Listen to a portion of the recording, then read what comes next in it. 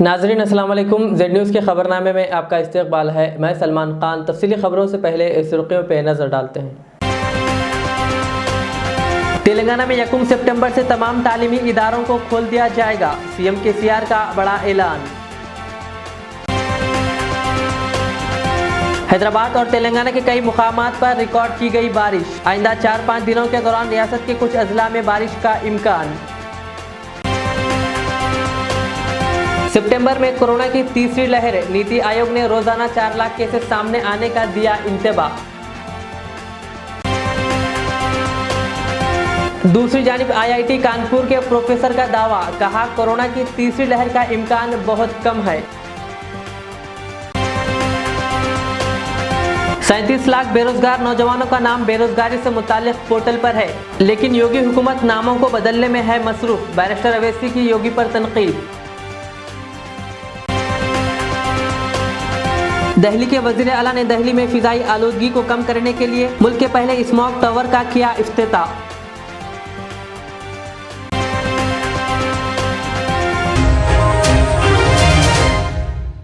अब पेश है खबरों की तफसील। तेलंगाना के दारुल हुकूमत हैदराबाद के अलावा रियासत के कई मुकामात पर बारिश का सिलसिला जारी है। इस बारिश के सबब और सड़कों पर पानी जमा रहने से राहगीरों को दुश्वारियों का सामना करना पड़ रहा है।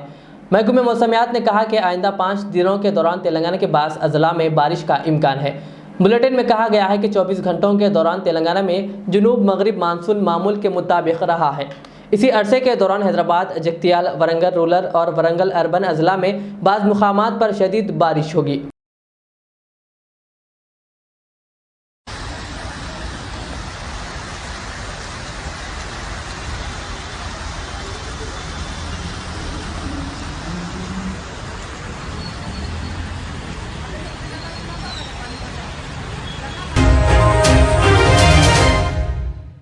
रियासती हुकूमत ने 1 सितंबर से रियासत में आंगनवाड़ी स्कूलों समेत तमाम सरकारी और निजी तालीमी इदारों को दोबारा खोलने का फैसला किया है। वज़ीर आला के चंद्रशेखर राव की सदारत में आज मुनक़िदा इजलास में यह फैसला लिया गया। वज़ीर आला ने रियासत में कोरोना वायरस के केसों में कमी के पेश नज़र आंगनवाड़ी स्कूल से लेकर तमाम खानगी और सरकारी स्कूलों और कॉलेजों को 1 सितंबर से खोल देने और तलबा को क्लासेस रूम में तालीम देने की ओहदेदारों को हिदायत दी। वज़ीर आला ने वुज़रा और पंचायत राज और म्यूनसिपल एडमिनिस्ट्रेशन महकमे के ओहदेदारों को हिदायत दी कि वो 30 अगस्त तक रियासत भर के तमाम तालीमी इदारों और हॉस्टलों की सफाई को यकीनी बनाने और सैनिटाइजिंग करने की हिदायत दी। कोविड वबा के पेश नज़र तमाम तालीमी इदारे तकरीबन 1.5 साल से ज़ायद अरसे से बंद है।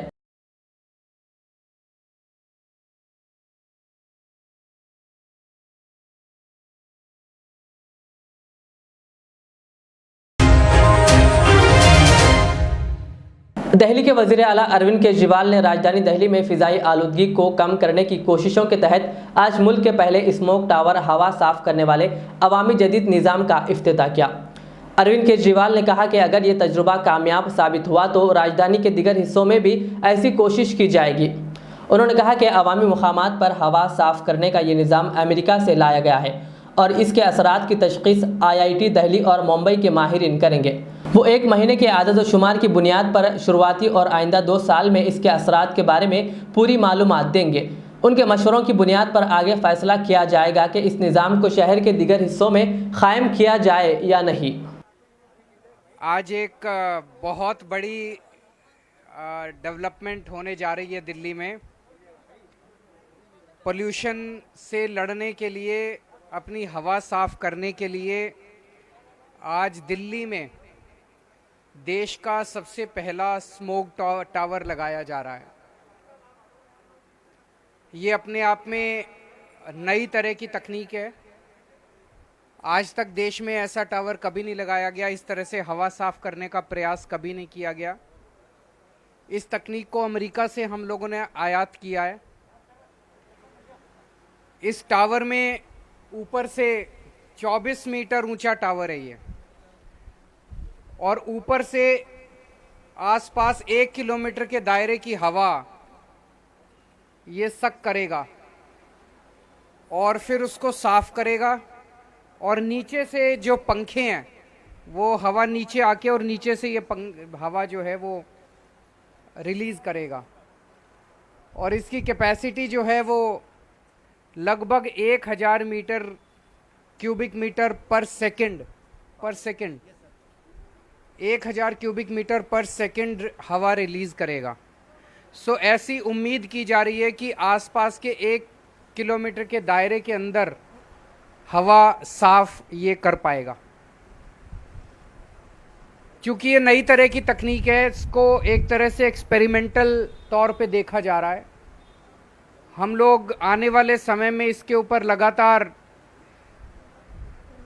आईआईटी दिल्ली और आईआईटी बॉम्बे वो लोग इस डेटा को एनालाइज करेंगे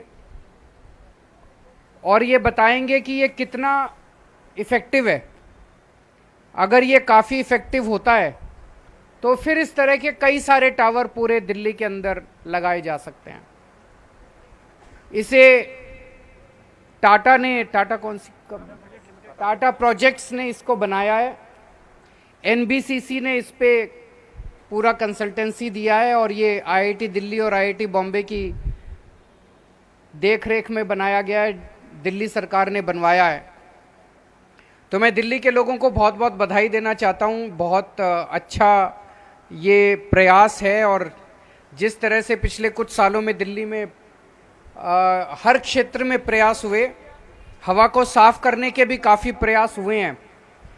2014 में जितना प्रदूषण होता था, PM10 का जो लेवल था, PM2.5 का जो लेवल था, वो अब काफ़ी घट गया है। जैसे PM2.5 ही 2014 में 150 के करीब था, अब घट के 100 के करीब आ गया है। उसी तरह से PM10 जो है वो लगभग 300 के करीब था, अब घट के वो 150 के करीब आ गया है। तो काफ़ी कम हुआ है, ऑलरेडी काफ़ी कम हुआ है। कई सारे कदम दिल्ली के लोगों ने मिलके लिए हैं और अब ये वाला जो आज कदम लिया गया है, ये मैं समझता हूँ कि एक बहुत बड़ा मील का पत्थर साबित होगा।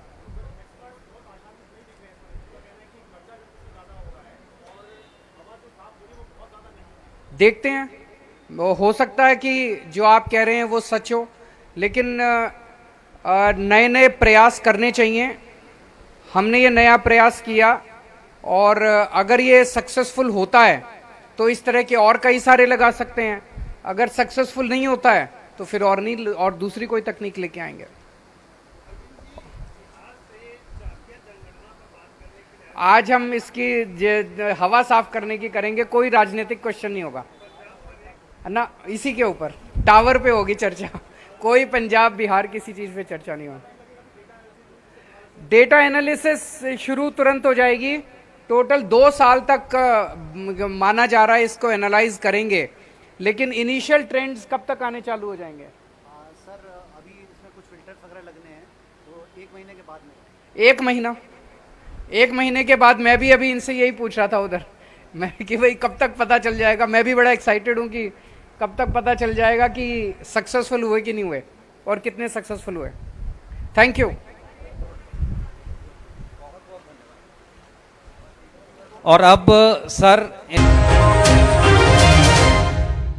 कांग्रेस की जनरल सेक्रेटरी प्रियंका गांधी वाड्रा ने रसोई गैस सिलेंडर एलपीजी की कीमत में हो रहे मुसलसल इजाफे पर मोदी हुकूमत को तनकीद का निशाना बनाते हुए कहा कि एलपीजी सिलेंडर की कीमत में इजाफे से आम खवातीन तकलीफ में है और हुकूमत को इनके इस दर्द पर तवज्जो देनी चाहिए। प्रियंका गांधी ने ट्वीट करते हुए कहा कि महंगाई में इजाफा होता जा रहा है और सिलेंडर भराने के लिए पैसे भी नहीं है और काम धंधे बंद है।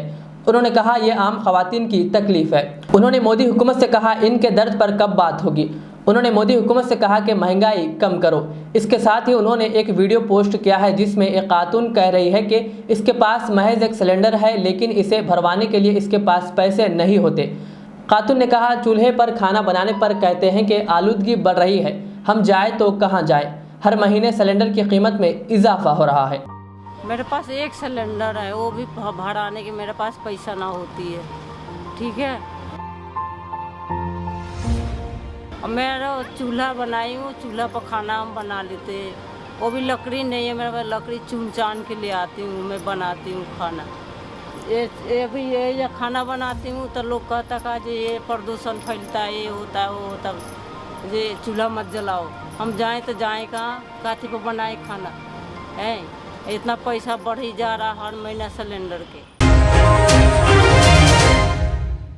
उत्तर प्रदेश के साबिक वज़ीर आला कल्याण सिंह के नाम पर सड़कों का नाम रखने का फैसला लिया गया है, जिस पर मजलिस-ए-इत्तेहादुल मुस्लिमीन के सरबराह असदुद्दीन अवैसी ने रद्द-ए-अमल जाहिर करते हुए रियासत की योगी हुकूमत को तनकीद का निशाना बनाया। उन्होंने कहा, उत्तर प्रदेश के 37 लाख बेरोजगार नौजवानों का नाम बेरोजगारी से मुताल्लिक पोर्टल पर है, लेकिन इनको नाम बदलने की फिक्र है। अरे भाई, क्या क्या नाम बदल दिए। इलाहाबाद का नाम प्रयागराज करे। आप भी तो इलाहाबाद से आते हैं मेरे भाई। गंगा के पानी के ऊपर लाशें तीर रही थी, नाम बदलने से क्या किसी को ऑक्सीजन मिल गया? गंगा के किनारे लाशों पर कुत्ते खा रहे थे, नाम बदलने से कुछ हो गया? जलाने के लिए लकड़ी नहीं थी कोविड सेकेंड वेव में, तो नाम बदलने से नौकरी मिल गई। 37 लाख यूपी के अनएम्प्लॉयमेंट पोर्टल पे बेरोजगार नौजवान के नाम है और इनको नाम बदलने की फिक्र है। अरे नाम से ज़्यादा काम करिए ना, गवर्नेंस करिए। महिलाओं पे जुल्म होते रहता है। मुल्क में कोरोना की तीसरी लहर से मुताल्लिक इंतबाह दिया गया है। नीति आयोग ने खदशा जाहिर किया है कि सितंबर में कोरोना के यौमिया 4 लाख से 5 लाख केसेस आ सकते हैं और हर 100 मामलों में से 23 को अस्पताल में दाखिल कराने की ज़रूरत पड़ सकती है। नीति आयोग ने कहा कि ऐसे में पहले से ही 2 लाख ICU बेड तैयार रखने की ज़रूरत है। ज़राए के मुताबिक उन्होंने कोरोना की दूसरी लहर के बाद बढ़ती तादाद में अस्पतालों में कोविड बेड अलग रखने की सिफारिश की। नीति आयोग का कहना है कि खराब हालात से निपटने के लिए पहले तैयार रहना होगा। उन्होंने कहा कि सितंबर तक 2 लाख ICU बेड तैयार किए जाने चाहिए। इसके अलावा 1 लाख से ज़ायद वेंटिलेटर वाले ICU बेड, 7 लाख ऑक्सीजन वाले बेड और 10 lakh Covid isolation care bed होने चाहिए।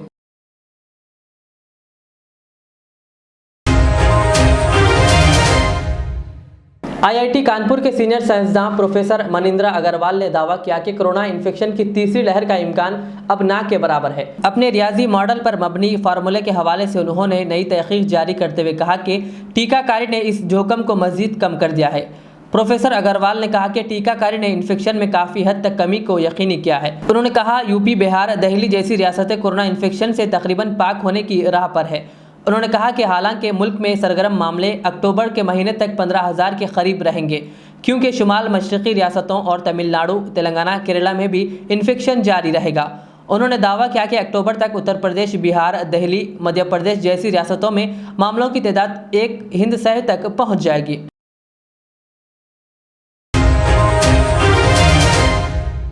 Hyderabad city police commissioner Ajni Kumar IPS ने पेटला बुरुज ट्रेनिंग सेंटर में आज खवातीन पुलिस अफसरान के लिए नए रेस्ट रूम और बेड्स व दीगर चीज़ों का इफ्तिताह किया। कमिश्नर ने खवातीन पुलिस अफसरान की तारीफ करते हुए कहा कि खवातीन पुलिस भी मर्द पुलिस अफसरान के बराबर खड़े होकर आवाम की खिदमत में मसरूफ़ है।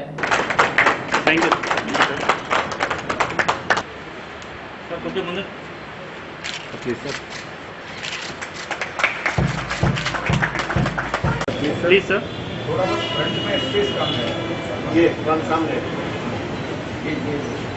हाँ,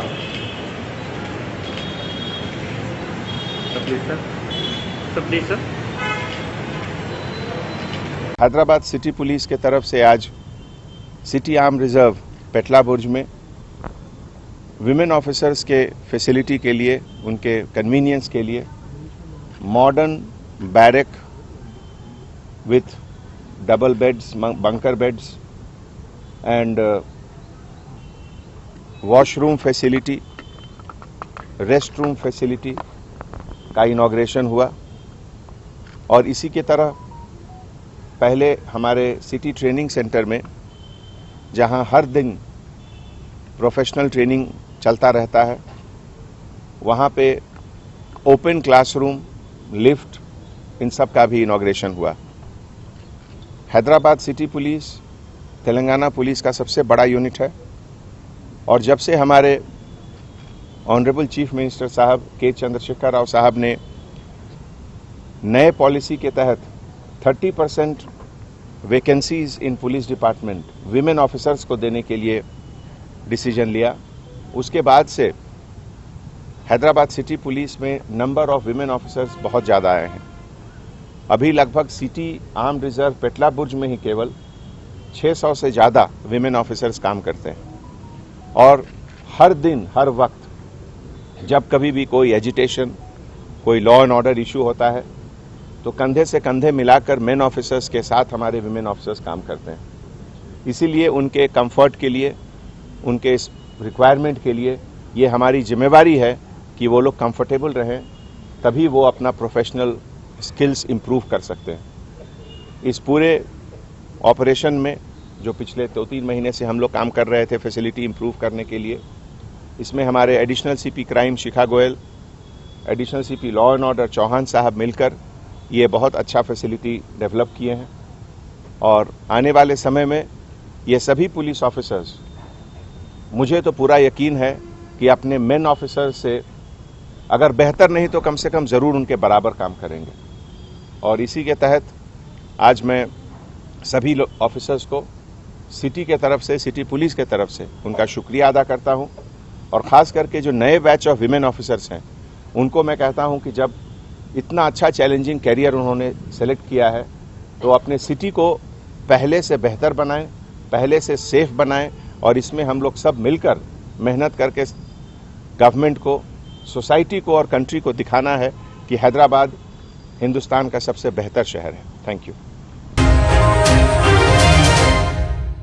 कालापत्थर पुलिस स्टेशन हुदूद के इलाके बिलाल नगर में एक कत्ल की वारदात पेश आई। तफसीलात के मुताबिक कालापत्थर के इलाके बिलाल नगर में सादिक नामी शख्स का सर पर वजनी पत्थर डालकर कत्ल कर दिया गया। शुबा किया जा रहा है कि यह कत्ल दोस्त ने ही किया होगा। पुलिस इस मामले की अभी तहकीकात कर रही है, मजीद तफसीलात का इंतजार है।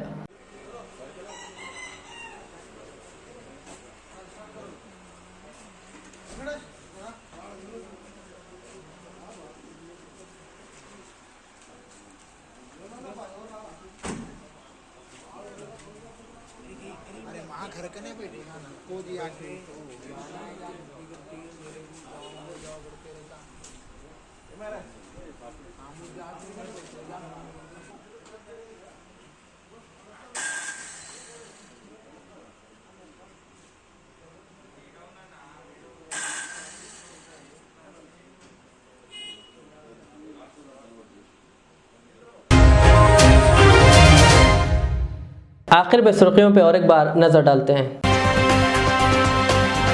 तेलंगाना में 1 सितंबर से तमाम तालीमी इदारों को खोल दिया जाएगा, सीएम केसीआर का बड़ा ऐलान। हैदराबाद और तेलंगाना के कई मुकामात पर रिकॉर्ड की गई बारिश, आइंदा 4-5 दिनों के दौरान रियासत के कुछ अजला में बारिश का इम्कान। सितंबर में कोरोना की तीसरी लहर, नीति आयोग ने रोजाना 4 लाख केसेस सामने आने का दिया इंतबाह। दूसरी जानिब आईआईटी कानपुर के प्रोफेसर का दावा, कहा कोरोना की तीसरी लहर का इम्कान बहुत कम है। 37 लाख बेरोजगार नौजवानों का नाम बेरोजगारी से मुताल्लिक पोर्टल पर है, लेकिन योगी हुकूमत नामों को बदलने में है मसरूफ, बैरिस्टर अवैसी की योगी पर तनकीद। दिल्ली के वजीर आला ने दिल्ली में फिजाई आलूदगी को कम करने के लिए मुल्क के पहले स्मॉग टावर का किया इफ्तिताह।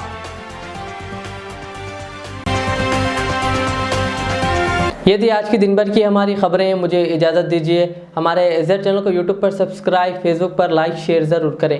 अल्लाह हाफ़िज़। रियाज इस्लामिक स्कूल, तालीमी मैदान में एक नया इनकलाब। इस्लामिक और मॉडर्न एजुकेशन की अजीम दरसगाह। 23 साल तजुर्बे के बाद तलबा और तालिबात के लिए रियाज इस्लामिक स्कूल पेश करता है हिफ्ज़ कुरान, नाज़िरा कुरान, क़ायदे के अलावा नर्सरी ता 10वीं जमात तक की तालीम का बेहतरीन नज़्म। बच्चों के लिए हॉस्टल की सहूलत, मुस्तहिक़ तलबा के लिए खुसूसी रियायत, तलबा और तालिबात के लिए अलहदा क्लासेस के माकूल नज़्म, खुसूसी computer classes, hardware and software training. बच्चों में तहरीर और तकरीरी सलाहियतों को उजागर करने के लिए हफ्तावारी प्रोग्राम। काबिल और मुशफ़िक़ असातिज़ा इकराम की निगरानी में बेहतरीन तालीम नज़्म। सुबह 8 बजे तक शाम 4:30 बजे दाखिले जारी हैं, उजलत कीजिए। Riyaz Islamic school, opposite lane, new SR petrol pump, Vattepally, Hyderabad. मैं के अमार हूँ। सन 1995 में मुझे एक अजीम मकसद के लिए क़ायम किया गया। मुझसे कई हजार अमीर और गरीब खानदान जुड़े हुए हैं, जिन्होंने अपने ख्वाबों के महलों से मुझे सजाया। मैं अपने चाहने वालों को तरक्की याफ्ता शानदार इलाकों में आबाद करने के लिए मशहूर हूँ। अब आपकी खिदमत में तेहरान गाह के दामन में काफी वसी व अरीज खूबसूरत कॉलोनीज लाया हूँ। आपकी पसंद, आपकी सहूलत, मेरी खिदमत सिर्फ 4 लाख से 8 लाख के दरमियान। मुझसे जुड़े और अपना भी ख्वाबों का महल बना लें और तरक्की को अपना मुकद्दर कर लें। यूं जमीन पे बैठकर क्या आसमान देखता है, परों को खोल जमाना उड़ान देखता है। KMR का सदर दफ्तर आरामगढ़ चौराहे पर मौजूद है। HKJN फर्नीचर अब एक और नए ब्रांच के साथ Farid complex, Shastripuram, Owaisi hills line पर। याद रहे, 40 साल से फर्नीचर की दुनिया में भरोसे का एक नाम HKJN फर्नीचर। हमारे यहाँ नए डिजाइन्स का नया कलेक्शन मौजूद रहता है। आपकी ख्वाहिश के ऐन मुताबिक भी फर्नीचर तैयार किए जाते हैं। आली जनाब मोहम्मद नसीर चिश्ती साहब की जानिब से यतीम और गरीब बच्चों के फर्नीचर के लिए खुसूसी discount package. HKJN manufacturing showroom, हमारा पता Farid complex, Shastripuram, Owaisi hills line, Hyderabad. HKJN furniture.